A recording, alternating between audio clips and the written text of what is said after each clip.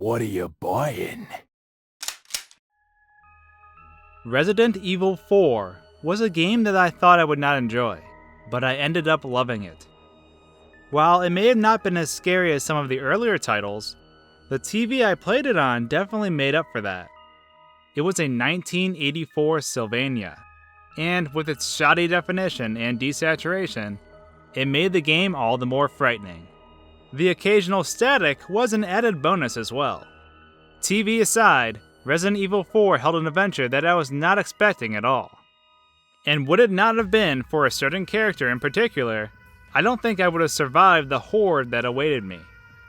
There was a certain person that always just happened to be present when I needed him the most, and he was always someone I could rely on in a pinch.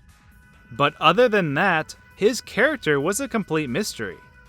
The man I'm referring to is the Merchant, one of Resident Evil 4's most iconic characters. While most people take the Merchant at face value and then forget about him as they run to the next area guns a-blazing, I like to think there's more to him than meets the eye. I mean, just who is he exactly? Why is he in such a desolate area dealing arms, and whose side is he really on? All of these questions and more add to the mysterious aura that surrounds the Merchant. To start, we do have some reference material provided to us that offers some detail about this character.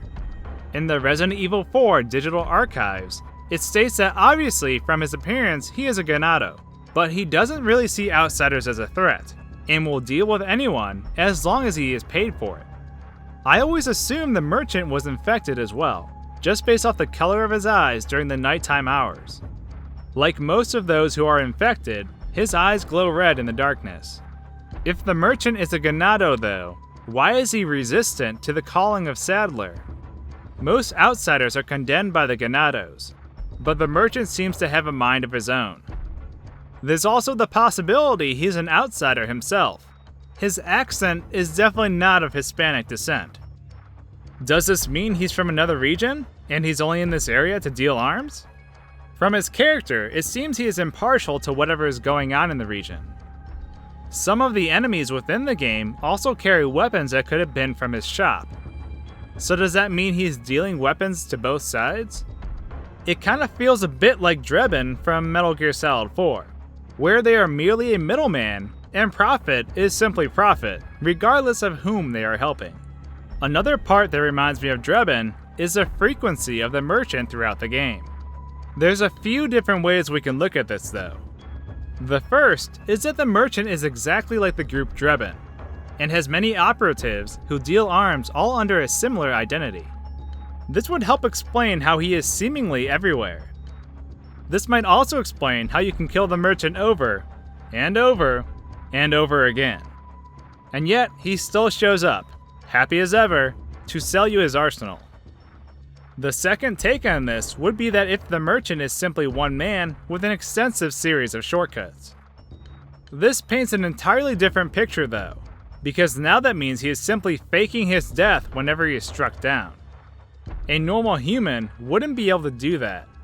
And if he indeed does have the parasite, then that means he could possibly be above Mendez and Salazar in terms of control and power.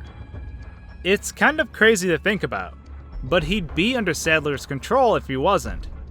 It's hard to tell though because the newer renditions of the game feature a non-canon weapon called the PRL-412, which normally one-hits anything that has a parasite, boss monsters included.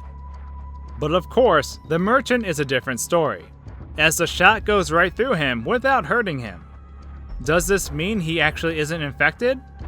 Some people argue that he might wear red contacts, but it's definitely an eye glow and not contacts, which is very similar to Wesker, and could open up a world of possibilities for whom he is tied to. It's a stretch, but who's to say he wasn't planted there by Wesker to provide weapons to Leon so that it would make it easier for Ada to steal the Plaga sample. At the time, Ada had not yet betrayed Wesker, and it was unsure whether or not Krauser would have been able to get the sample as of yet. That could make things really interesting, but again, we might just be grasping at straws. One last thing I want to touch on is if the merchant is actually just a character that is hinted at in the game. If we assume the merchant isn't more than one person, and that they have a network of passages that allow them to get around the area, then an in-game note may offer a totally different perspective on the whole thing. Mendez, the chief of the village, writes several notes throughout the first part of the game that Leon finds.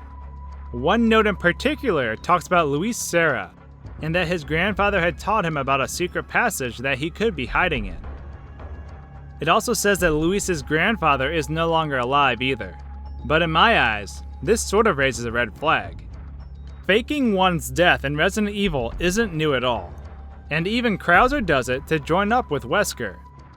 And seeing how the merchant can be killed repeatedly and still come back, assuming it isn't more than one person, then the merchant could very well be this grandfather figure. The merchant's most prominent shops are located in the underground passages, where you can see his full arsenal on display. This might possibly hint at the fact that the merchant stores all his weapons underground, possibly by the lake. Due to him appearing in most of the secret passages within the game, where followers of Sadler are not present, it wouldn't be too far of a stretch to say he has the same knowledge that Luis's grandfather had.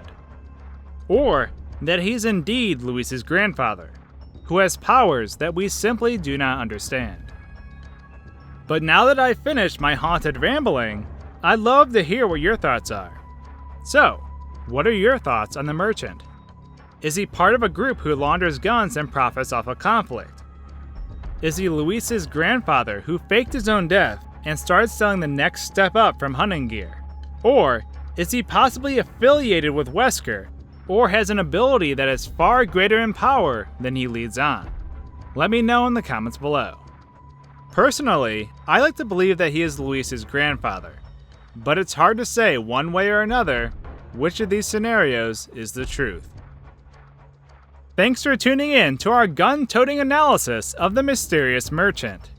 If you'd like to join us on our YouTube voyage and help us solve some more haunted mysteries, then the subscribe button is just what you're looking for. Thanks for watching, guys and gals, and until our next video, cheers. You've made it to the end of the video, but wait, your quest isn't over yet. If you're not too creeped out, I have a couple other spooktastic videos you may enjoy. You may want to check out my video on the origin of ghosts in Luigi's Mansion, or join in the scary debate of whether a ReDead is a corpse or made of clay. There's a slew of other videos on my channel too, so regardless, I hope you enjoy.